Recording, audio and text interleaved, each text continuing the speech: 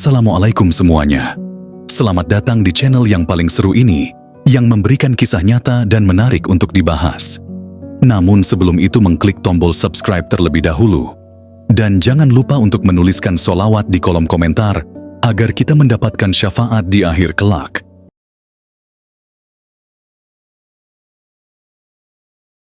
Tidak bisa disangkal, TNI masih menjadi institusi yang sangat dipercayai oleh masyarakat. Bahkan, jika dibandingkan dengan lembaga lain, TNI menunjukkan tingkat penghormatan yang jauh lebih tinggi. Hal ini terlihat jelas dari survei yang mengungkapkan bahwa kepercayaan masyarakat terhadap TNI mencapai 93%, angka yang jauh meninggalkan institusi lain yang hanya berada di kisaran 67%. Keunggulan citra ini tentu tidak muncul begitu saja. TNI dikenal karena kontribusinya yang tak kenal lelah sebagai pelindung bangsa, ditambah dengan keberanian para prajuritnya yang seringkali menjadi teladan. Semua ini merupakan hasil dari pendidikan dan pelatihan intensif yang membentuk karakter prajurit dengan jiwa kesatria dan semangat solidaritas yang tinggi.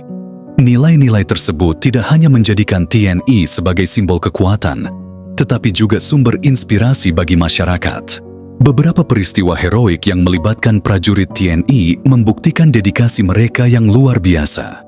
Salah satu kisah keberanian yang layak dikenang adalah tindakan heroik Sersan Mayor Guntur di kawasan Pelabuhan Merak. Kawasan ini kerap menjadi lokasi rawan karena maraknya aksi kriminal, terutama dari kelompok begal. Kejahatan yang dilakukan oleh geng-geng tersebut tidak main-main, mulai dari perampokan bersenjata hingga pencurian kendaraan bermotor. Tindakan mereka tidak hanya membahayakan para pengguna jalan, tetapi juga merusak reputasi Pelabuhan Merak sebagai salah satu jalur transportasi vital yang menghubungkan Pulau Jawa dan Sumatera.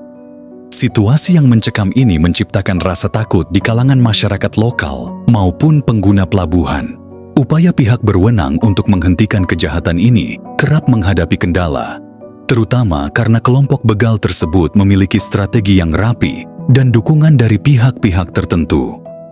Geng ini dipimpin oleh seorang bernama Andra Sisik Beca, yang diyakini memiliki perlindungan dari jaringan kuat di belakang layan. Dengan keunggulan tersebut, mereka mampu terus melancarkan aksi brutal mereka selama bertahun-tahun, membuat Pelabuhan Merak menjadi lokasi yang penuh dengan ketegangan. Namun seperti kata pepatah, sepandai-pandainya tupai melompat, akhirnya jatuh juga. Malam yang dingin menjadi awal kehancuran geng begal Andra Sisik Beca. Malam itu, kelompok begal yang terkenal kejam ini melakukan aksinya seperti biasa. Target mereka kali ini adalah seorang sopir truk berusia 27 tahun yang sedang terburu-buru menuju Pelabuhan Merak untuk mengejar kapal. Sayangnya, karena sang sopir tidak membawa banyak uang atau barang berharga, geng tersebut tidak segan-segan menghabisi nyawa pria muda itu. Ternyata, insiden tragis ini menjadi titik balik nasib dari geng tersebut. Sopir truk yang mereka bunuh itu bernama Arman, adik kandung dari seorang prajurit TNI bernama Sersan Mayor Guntur. Kehilangan Arman menjadi pukulan berat bagi keluarga. Dan bagi Guntur, ini adalah sebuah penghinaan yang tidak bisa dibiarkan begitu saja. Didorong oleh amarah dan rasa tanggung jawab, ia memutuskan untuk bertindak. Guntur segera menghubungi dua sahabat karibnya untuk merencanakan aksi pembalasan.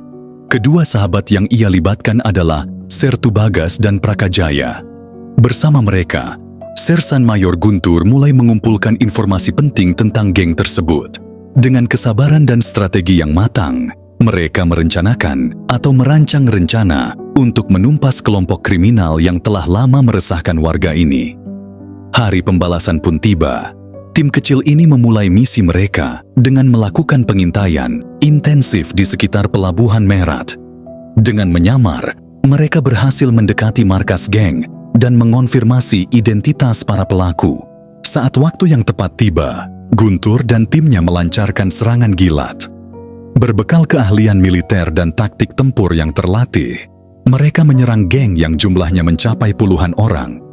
Meskipun berhadapan dengan sekitar 70 anggota geng, Guntur dan kedua sahabatnya mampu memanfaatkan situasi dan medan dengan sangat baik. Dengan senjata standar dan koordinasi yang rapi, mereka berhasil melumpuhkan satu persatu anggota geng tersebut. Termasuk pimpinan yang dikenal bengis, Andra Sisik Bajak. Menghilangkan nyawa seseorang, meskipun dalam konteks balas dendam, tetaplah sebuah pelanggaran hukum yang serius. Lalu, apakah Sersan Mayor Guntur memilih untuk melarikan diri dan bersembunyi? Tentu tidak. Jiwa kesatria yang telah tertanam dalam dirinya selama bertahun-tahun, pelatihan militer membuat Guntur memilih jalan yang berbeda. Setelah berhasil menumpas geng begal tersebut, dia segera menuju kantor polisi untuk menyerahkan diri secara sukarela. Keberanian dan kejujurannya ternyata menjadi pertimbangan besar dalam proses hukum. Sersan Mayor Guntur hanya dijatuhi hukuman ringan, sementara kedua sahabatnya Sertu Bagas dan Prakajaya tidak dikenai hukuman sama sekali. Meskipun demikian, aksi Guntur memberikan dampak yang jauh lebih besar dari yang ia bayangkan. Pelabuhan Merak yang sebelumnya dikenal sebagai sarang kejahatan, kini menjadi tempat yang jauh lebih aman. Warga yang selama ini hidup dalam ketakutan, akhirnya bisa menjalani aktivitas mereka tanpa rasa was-was. Tidak mengherankan jika banyak masyarakat setempat menganggap Sersan Mayor Guntur sebagai pahlawan sejati. Tragedi lain yang melibatkan keberanian prajurit TNI terjadi di Hugos Cafe, Yogyakarta pada 19 Maret 2013. Malam itu, seorang intel TNI bernama Serka Heru Santoso sedang menjalankan tugas untuk menggali informasi terkait aktivitas di kafe tersebut. Namun, di luar dugaan, ia menjadi korban pengeroyokan oleh 4 orang pelaku. Serangan brutal itu menyebabkan Serka Heru kehilangan nyawanya di tengah tugas negara.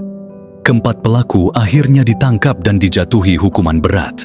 Mereka ditempatkan di Lembaga Pemasyarakatan Kelas 2B Suleman, yang lebih dikenal dengan nama Lapas Cebongan. Meski telah diproses hukum, luka emosional akibat kehilangan Serka Heru tetap membekas di hati rekan-rekannya. Salah satu yang paling terpukul adalah Serda Ucok Tigor Simbolon, sahabat dekat Serka Heru. Bagi Ucok, kematian tragis anggota Kopassus Grup 2 Kartasura tersebut bukanlah sesuatu yang mudah diterima. Rasaan kehilangan yang mendalam memicu dendam yang membara di dalam dirinya. Tergerak oleh jiwa korsa dan solidaritas yang mendalam, Serda Ucok Tigor Simbolon memutuskan untuk bertindak setelah kematian sahabatnya, Serka Heru Santoso. Ia tidak sendirian dalam aksi ini. Ucok mengajak 12 rekan Kopassusnya untuk menuntaskan dendam atas kejahatan tersebut. Amarahnya semakin membara ketika mereka mengetahui bahwa keempat pelaku juga merupakan dalang di balik pembunuhan Sertus Riono, mantan anggota Kopassus dan rekan dekat Ucok. Kejadian itu pun menambah luka dan membuatnya semakin bertekad untuk bertindak. Pada malam yang penuh ketegangan itu, Serda Ucok dan timnya mendatangi Lapas Cebongan. Tempat keempat tersangka ditahan. Dengan membawa senjata AK-47, mereka melancarkan aksi cepat dan tanpa kompromi. Dalam serangan itu, keempat tersangka yang bertanggung jawab atas kematian Serka Heru kehilangan nyawa mereka di dalam lapas. Namun, tindakan ini membawa konsekuensi besar bagi Serda Ucok.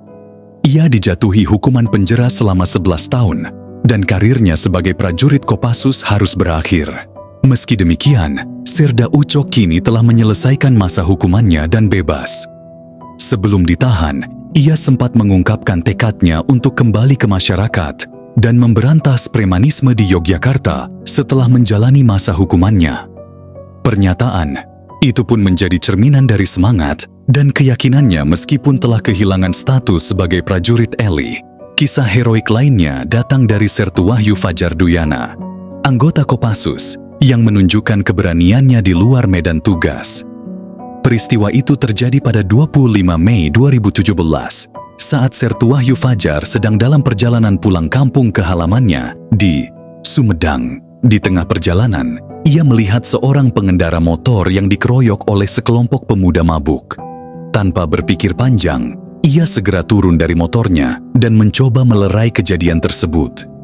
Niat baik Sertu Wahyu Fajar tidak diterima dengan baik oleh para pemuda tersebut. Bukannya berhenti, mereka malah berbalik menyerang dan mencoba mengeroyoknya. Bahkan setelah Sertu Wahyu Fajar memperkenalkan dirinya sebagai anggota TNI, para pemuda itu tetap tidak menghentikan tindakan mereka. Situasi semakin memanas dan Sertu Wahyu Fajar harus menghadapi kelompok tersebut seorang diri. Keberanian dan ketangguhannya diuji dalam momen tersebut, sekaligus menjadi bukti nyata jiwa kesatria yang dimilikinya. Dalam kejadian itu, Sertu Wahyu Fajar harus menghadapi 8 orang pemuda seorang diri. Dengan kemampuan bela diri dan pengalaman tempur yang ia pelajari selama bertugas di TNI, ia berhasil melumpuhkan salah satu dari mereka hingga tersungkur ke tanah.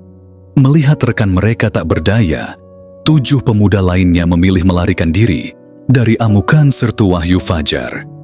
Preman yang tertangkap dan tak mampu kabur kemudian dibawa ke Koramil Tanjung Sari untuk diperiksa lebih lanjut. Keberanian anggota TNI tidak hanya berhenti di situ. Ada kisah heroik lainnya yang melibatkan Serda Nikola Sandi, anggota Kopassus TNI Angkatan Darat dari Satuan 81, yang berhasil menggagalkan percobaan pemerkosaan di dalam angkutan umum.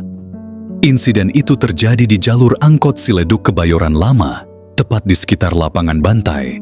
Kala itu, Serda Nikola mendengar teriakan minta tolong dari seorang wanita di dalam angkot. Tanpa ragu, ia pun segera mengejar angkot tersebut.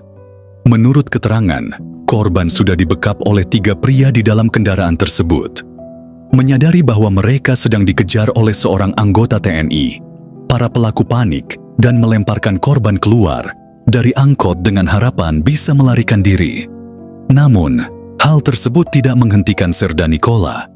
Dengan tekad kuat, ia terus mengejar angkot hingga akhirnya berhasil menghentikannya. Keempat pelaku, termasuk sopir angkot, berhasil diamankan dan diserahkan kepada pihak Polres Metro Jakarta Pusat untuk diproses lebih lanjut.